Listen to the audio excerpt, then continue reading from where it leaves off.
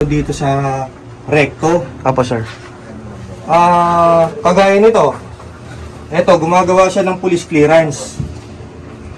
Marami siya nagiging customer. Dito, marami pang iba't ibang klaseng result ng RT-PCR test na peke sa iba't ibang ospital dito sa Maynila.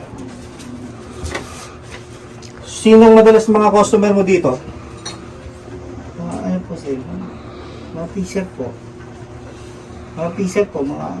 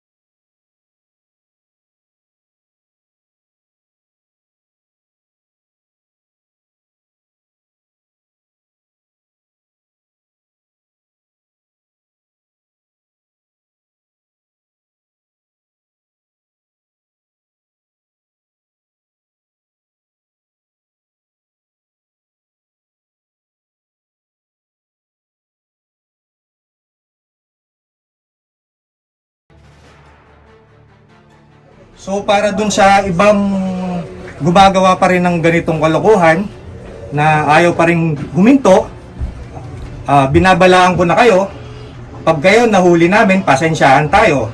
Pero better kung itigil nyo na yan, and kung yan yung hanap buhay nyo, humanap na kayo ng mas maayos na hanap buhay na legal. Police clearance. Ano to? X-ray yata ito eh. Ha? X-ray. Pati X-ray? X-ray? Hindi, parang ganito. Hindi mo dito pag-apply sa trabaho.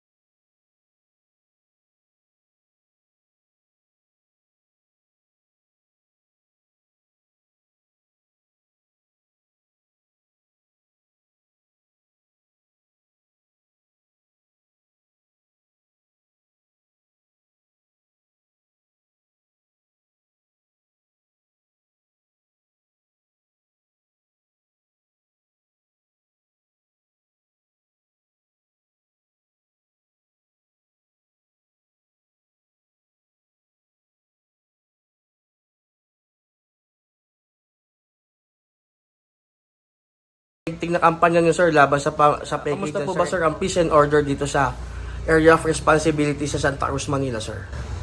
Pagdating naman po natin sa peace and order dito sa Santa Cruz, Manila, masasabi ko po na maayos po ang peace and order situation dito sa Santa Cruz, Manila.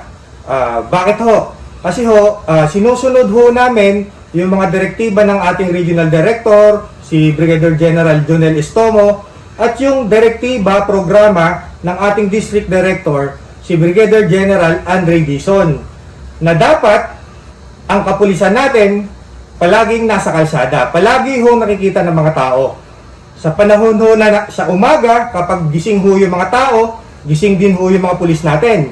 Andyan ho yung mga pulis natin sa kalsada. At kapag gabi ho naman, natutulog ho yung mga mamamayan ng Maynila, gising pa rin ho yung mga pulis natin. Andyan pa rin po kami sa kalsada na handa magserbisyo kahit anong oras para sa mga mamamayan ng Maynila. Police Lieutenant Colonel Ramon Zar D. Solas, and I'm the Station Commander of Santa Cruz Police Station, Police Station 3. Thank you very much, sir. Mabuhay, sir.